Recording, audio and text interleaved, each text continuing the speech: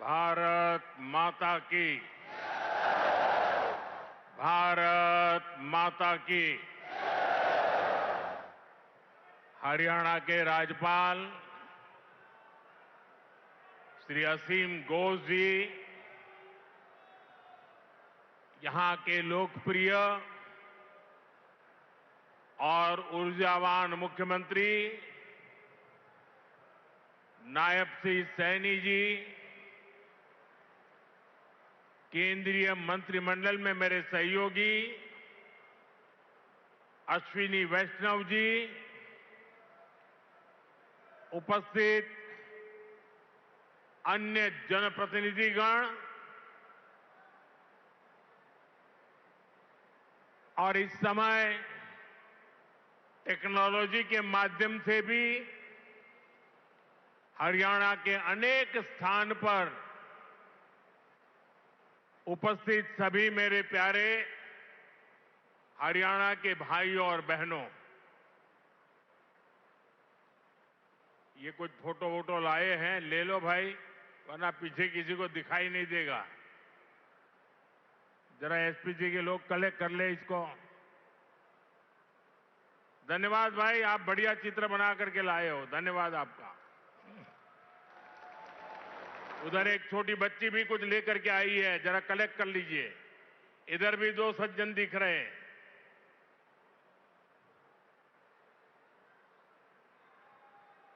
और फिर आराम से बैठ जाइए सब लोग। आपके प्यार के लिए, आपकी इस कला साधना के लिए मैं आप सबका धन्यवाद करता हूं जी। साथियों, जिंद की इस गौरवशाली भूमि से आप सभी को मेरी राम राम।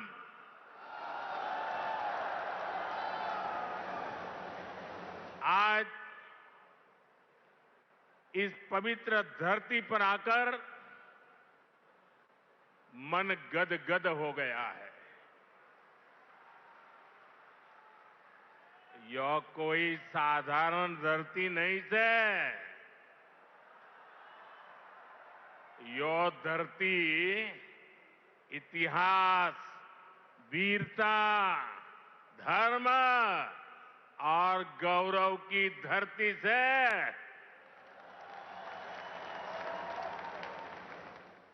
शक्तिपीठ माता जयंतिया का नाम और आशीर्वाद इस शहर पर बना रहता है। और मेरे लिए तो जिंद आना पुरानी यादों का झरोखा खोलने जैसा है। मैं बैठे बैठे कई चेहरे देख रहा था, पुराने, सारे परिचित चेहरे। बहुत लोग होंगे जो क्लेम करते होंगे कि मैं उनके स्कूटर पर जींद में आया करता था। कई दशक पहले मैं संगठन के काम से पहली बार जींद आया था। फिर आप लोगों ने मुझे जो अपनत्व दिया, जो प्रेम दिया, वो आज तक मैं भूला नहीं हूं। मुर्रा भैंस का दूध, दही और घी, जिंद का देसी बुरा और यहां का घेवर, ये वो यादें हैं जो जिंद से जुड़ ही जाती है। साथियों, इतने वर्षों में जिंद का घी और जिंद का घेवर तो नहीं बदला, लेकिन जिंद के तेवर बदल गए हैं। आज जिंद बीजेपी एनडीए के सुशासन मॉडल की तस्वीर बन रहा है। बीते वर्षों में पूरा हरियाणा ही विकास की नई पटरी पर चल पड़ा है। आज का ये कार्यक्रम डबल इंजन की बीजेपी सरकार के इसी मिशन को नई ऊर्जा से भर रहा है। साथियों, आज जिंद का, हरियाणा का नाम इतिहास के पन्नों में दर्ज हो गया है। आज यहां से देश को पहली हाइड्रोजन ट्रेन मिली है। आपको याद होगा साथियों, आज भी हम पढ़ते हैं, सुनते हैं कि भारत में पहली ट्रेन बॉम्बे से ठाणे के बीच चली थी, जिसे आज मुंबई कहते हैं। वैसे ही भविष्य में जब भी हाइड्रोजन ट्रेन का जिक्र आएगा तो जिंद का, सोनीपत का, हरियाणा का नाम भी आएगा ही आएगा। मैं आप सभी को, पूरे देश को भारतीय रेल की आधुनिकता से जुड़े इस बड़े कदम के लिए बहुत बहुत बधाई देता हूं। साथियों, आज 14,000 करोड़ रुपए से अधिक के अन्य प्रोजेक्ट्स भी हरियाणा को मिले हैं। इसमें रेलवे के, हाईवे के अनेक प्रोजेक्ट्स हैं। हमारी विरासत से जुड़े प्रोजेक्ट्स हैं और 2 नए मेडिकल कॉलेज भी हरियाणा की सेवा के लिए समर्पित है। भिवानी में पंडित नेकीराम शर्मा मेडिकल कॉलेज और नारनौल में महर्षि च्यवन मेडिकल कॉलेज और राव तुलाराम अस्पताल, इससे हरियाणा की स्वास्थ्य सेवा और सशक्त होगी। साथ ही इस यहां के नौजवानों के लिए डॉक्टर और अन्य मेडिकल प्रोफेशनल्स बनने के नए रास्ते भी बनेंगे। इन सभी प्रोजेक्ट्स के लिए भी हरियाणा के मेरे सभी भाई बहनों को बहुत बहुत बधाई। साथियों, आज जिंद और हरियाणा के लोगों की मैं एक और बात के लिए सराहना करूंगा। स्वच्छता से स्वागत पहल को आपने जिस गंभीरता से लिया है, जिस तरह मेरे आने से पहले यहां के लोग स्वच्छता अभियान में नए सिरे से, नई ऊर्जा से जुटे हैं, वो दिल खुश कर देने वाला है। और मैं देख रहा था पिछले 1 सप्ताह से सोशल मीडिया में आपका ये जो सफाई अभियान चल रहा है, उसकी भारी चर्चा रही है। लेकिन कुछ लोगों ने ये भी कहा है सोशल मीडिया में, मोदी जी आप बार बार आइए ताकि हमारा जिंद स्वच्छ रहे। जिस महाशय ने ये भाव व्यक्त किया है, मैं उनका धन्यवाद करता हूं। लेकिन मैं जिंद वालों से आज कुछ मांगने आया हूं। आप मुझे बताइए, क्या इस सफाई के लिए, ये स्वच्छता के लिए मोदी का आना जरूरी है क्या? अगर जिंद के लोग तय कर लें, हरियाणा के लोग तय कर लें कि अब हम गंदगी नहीं करेंगे, तो जिंद कभी गंदा होगा क्या? हरियाणा में गंदगी आएगी क्या? तो काम एक ही करना है, मोदी के आने की जरूरत नहीं है, सिर्फ आप तय कर लीजिए। स्वच्छता ये हमारा स्वभाव बना देंगे, स्वच्छता ये हमारे संस्कार बना देंगे। हम स्वच्छता को इसी तरह अपनी हर दिन की जिंदगी का हिस्सा बनाएंगे। साथियों, अगर हम रेलवे के इतिहास पर नजर डालें तो पाते हैं कि 19वीं सदी के रेलवे की पहचान स्टीम इंजन से बने थे। 20वीं सदी की पहचान डीजल और बिजली से चलने वाली रेल बनी, और अब 21वीं सदी की रेल हाइड्रोजन से चलने वाली है। आज भारतीय रेल ने भी 21वीं सदी की इस टेक्नोलॉजी में एक बड़ा स्टेप लिया है। आज जिंद से सोनीपत के बीच हाइड्रोजन ट्रेन चली है। अभी ये सफर 90 किलोमीटर का है,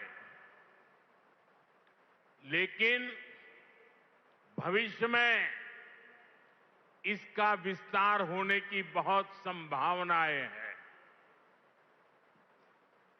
हम इस पर रिसर्च करते रहेंगे, लागत कम कैसे हो इसका तरीका ढूंढते रहेंगे, एफिशिएंसी कैसे बढ़े इस पर काम करते रहेंगे, और बड़ी जांच पड़ताल करते करते एक के बाद एक कदम उठाते जाएंगे। दुनिया में हाइड्रोजन ट्रेन अभी अभी आई है, करीब 7-8 साल पहले ही अस्तित्व में आई है। अभी दुनिया के 3 या 4 देश ही हैं जिनके पास हाइड्रोजन ट्रेन चलाने का सामर्थ्य है, और जिन देशों में अभी ऐसी हाइड्रोजन ट्रेन भी चल भी रही है, वहां बहुत शुरुआती दौर में है। लेकिन भारत की जो ये हाइड्रोजन ट्रेन है, उसके सामर्थ्य के बारे में सुनकर आपको भी गर्व होगा, एक एक हिंदुस्तानी को गर्व होगा। साथियों, जिंद से सोनीपत को चलने वाली हाइड्रोजन ट्रेन दुनिया की सबसे ताकतवर हाइड्रोजन ट्रेन है।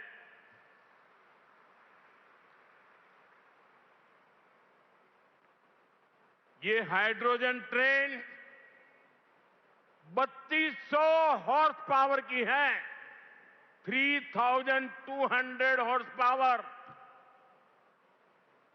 और सबसे ताकतवर ही नहीं, भारत की हाइड्रोजन ट्रेन सबसे लंबी भी है। दुनिया में जहां हाइड्रोजन ट्रेन चल रही है, वो 3 या 4 कोच वाली है, और भारत ने पहली बार में सीधे 10 कोच वाली हाइड्रोजन ट्रेन चलाकर दुनिया में अपना झंडा गाड़ दिया है। साथियों, मैं आपको गर्व की एक और बात बताना चाहता हूं। भारत की यह हाइड्रोजन ट्रेन धुआं रहित तो है ही, ये मेक इन इंडिया का भी एक बहुत सफल उदाहरण है। इस हाइड्रोजन ट्रेन को भारत के ही इंजीनियर्स ने डिजाइन किया है, भारत की ही कंपनी ने इसको बनाया है। साथियों, यह हाइड्रोजन ट्रेन बाकी ट्रेनों से बिल्कुल अलग है। इसके लिए पूरा सिस्टम अलग चाहिए, पूरा इंफ्रास्ट्रक्चर अलग चाहिए। यहां जिंद में भी इसके लिए तमाम सारी व्यवस्थाएं बनाई गई है। और साथियों, आने वाले समय में यहां हाइड्रोजन ट्रेन से जुड़ा और भी इंफ्रास्ट्रक्चर बनेगा। नई नई फैक्ट्रियां लगेगी जो हाइड्रोजन ट्रेन नेटवर्क की जरूरतों को पूरा करेगी। यानी इस ट्रेन से हरियाणा के नौजवानों के लिए रोजगार के अनेक नए अवसर बनने तय है। साथियों, पिछले 12 वर्षों में भारतीय रेल में जो ये बड़े बदलाव हुए, इससे भारत को एक और फायदा हुआ है। आप देख रहे हैं कि पिछले कई महीनों से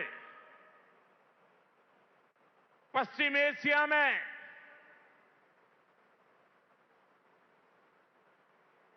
हॉर्मुज के पूरे क्षेत्र में, ईरान और गल्फ में युद्ध चल रहा है। और जिस समुद्री रास्ते से, हॉर्मुज से भारत बहुत बड़ी मात्रा में पेट्रोल, डीजल, एलपीजी गैस, हमारे किसानों के लिए खाद, उसी रास्ते से आता है, उसी समुद्री मार्ग से आता है। लेकिन पिछले 3-4 महीनों से ये रास्ता निरंतर युद्ध का मैदान बन चुका है, संकटों से घिरा हुआ है। साथियों, अगर 2014 से पहले अगर ये स्थिति आती तो आज हिंदुस्तान का रेलवे का काम पूरा का पूरा ठप पड़ा गया होता। क्योंकि उस समय 2014 में देश का बहुत बड़ा हिस्सा था, ऐसा था जहां हमारी ट्रेनें सिर्फ और सिर्फ डीजल से चलती थी। अब आप सोचिए, अगर डीजल आना बंद हो गया होता और डीजल से चलने वाली ट्रेनें कैसे चलती, देश कितने बड़े संकट में आ जाता। लेकिन साथियों, 2014 की स्थिति नहीं है ये मोदी है।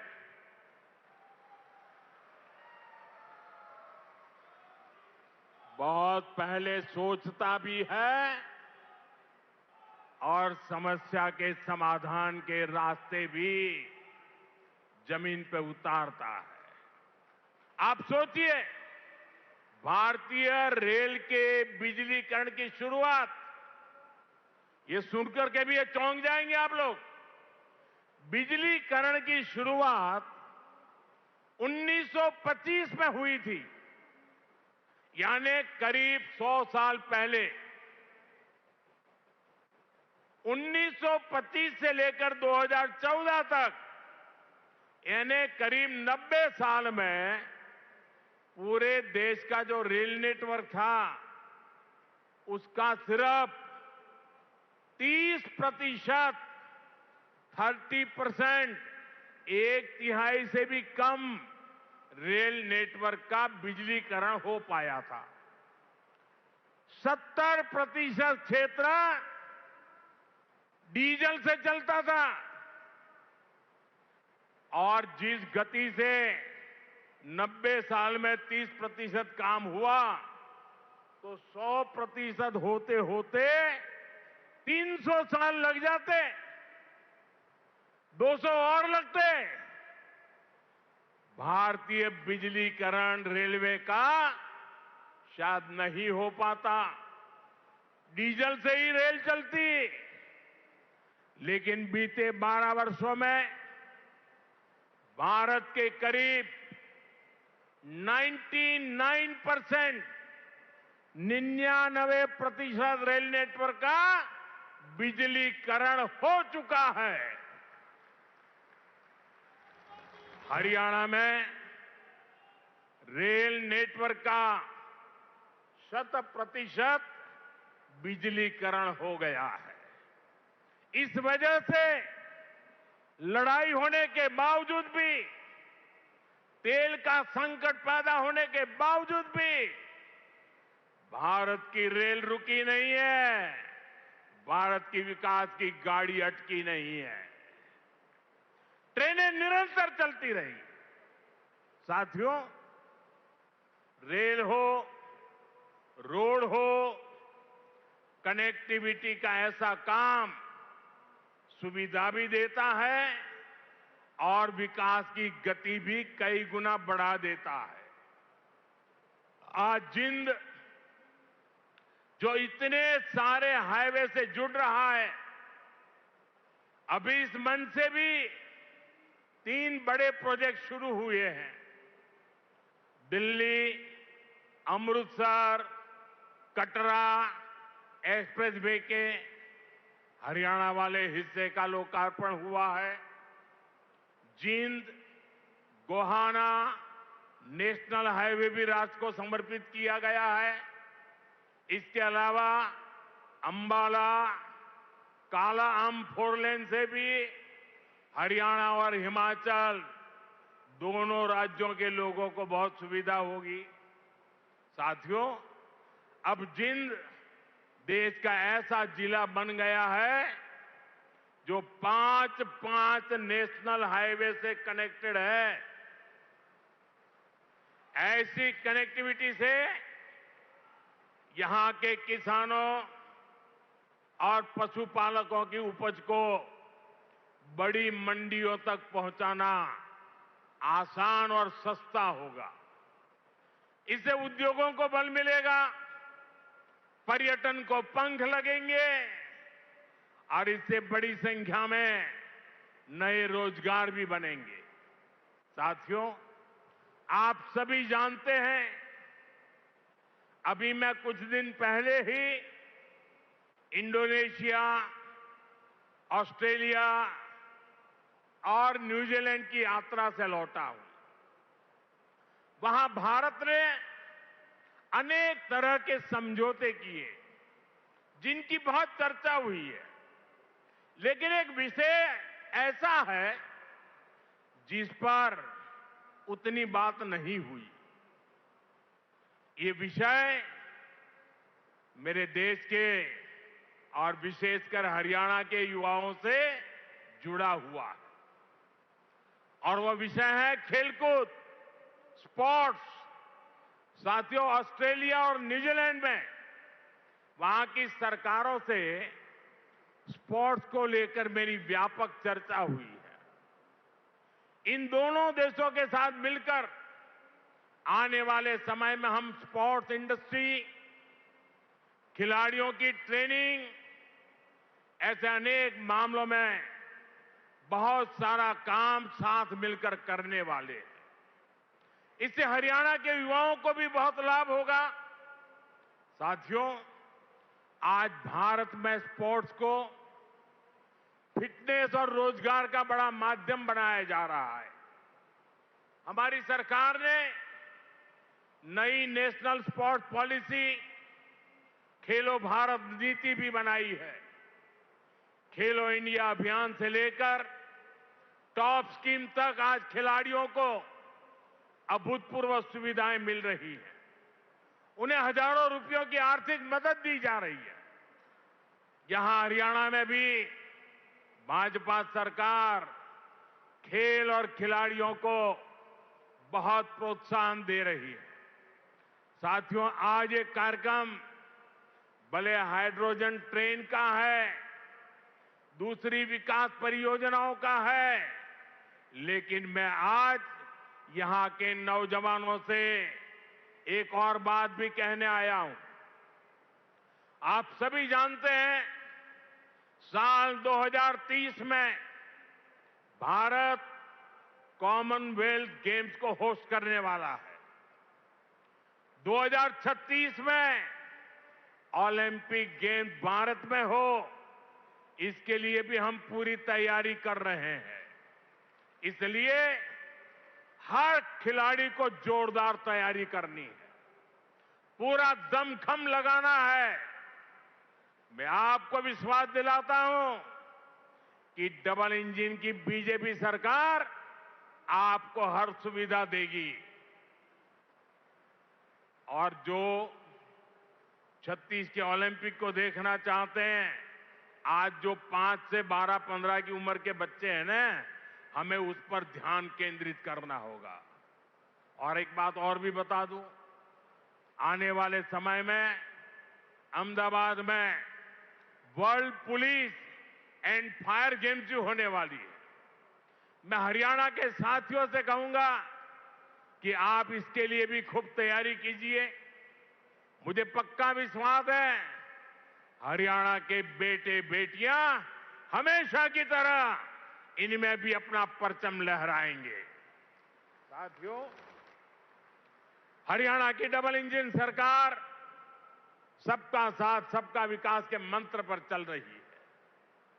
नायब सिंह जी के नेतृत्व में हरियाणा सरकार यहां के नौजवान हो, किसान हो, बहनें बेटियां हो, सबके लिए बेहतरीन काम कर रही है। बिना खर्ची पर्ची के नौकरी देने का जो रास्ता हरियाणा सरकार ने दिखाया है, वो इतना आसान नहीं था, लेकिन ये भाजपा सरकार ने करके दिखाया है। साथियों, यहां के किसानों का हित भी हमारी प्राथमिकता में है। जिंद की मंडी तो हरियाणा की सबसे बड़ी मंडियों में से एक है। डबल इंजन की भाजपा सरकार के कारण हरियाणा के किसानों को बहुत लाभ हो रहा है। पीएम किसान सम्मान निधि से हरियाणा के किसानों को करीब 8,000 करोड़ रुपए मिल चुके हैं। इसमें जिंद के हमारे किसानों को भी 600 करोड़ रुपए से ज्यादा मिल चुके हैं। साथियों, हमारा देश संस्कार और संस्कृति का देश है और ये क्षेत्र तो इस समृद्ध विरासत का बहुत बड़ा केंद्र है। ये जिंद की धरती है, जहां महाराजा रणजीत सिंह का गौरव भी है और पांडवों की आस्था भी है। पांडु पिंडारा और रामराय जैसे पवित्र तीर्थ आज भी लाखों श्रद्धालुओं को आस्था के केंद्र है। साथियों, आस्था और अध्यात्म की यही विरासत है जिसे आज का भारत सहजता भी है और अब अगली पीढ़ी तक पूरे मान के साथ पहुंचाता भी है। इसी भाव के साथ आज कुरुक्षेत्र में एक सिख म्यूजियम की आधारशिला रखी गई है। हरियाणा का ये नया संग्रहालय भारत की महान गुरु परंपरा को अगली पीढ़ियों तक पहुंचाएगा। साथियों, हरियाणा अब तेज विकास के पथ पर दौड़ रहा है। खेती हो या फिर उद्योग, ये दो ऐसे पहिए हैं जो हरियाणा को सशक्त कर रहे हैं। आज जिन प्रोजेक्ट्स का शिलान्यास और लोकार्पण हुआ है, उनसे हरियाणा के विकास को और गति मिलेगी और हरियाणा का ये तेज विकास विकसित भारत के सफर को और ऊर्जावान करेगा। इसी शुभकामना के साथ आप सभी को फिर से बहुत बहुत बधाई देता हूं और देशवासियों को भी देश की पहली हाइड्रोजन ट्रेन के लिए अनेक अनेक शुभकामनाएं देता हूं। मेरे साथ बोलिए, भारत माता की। भारत माता की, भारत माता की। बहुत बहुत धन्यवाद।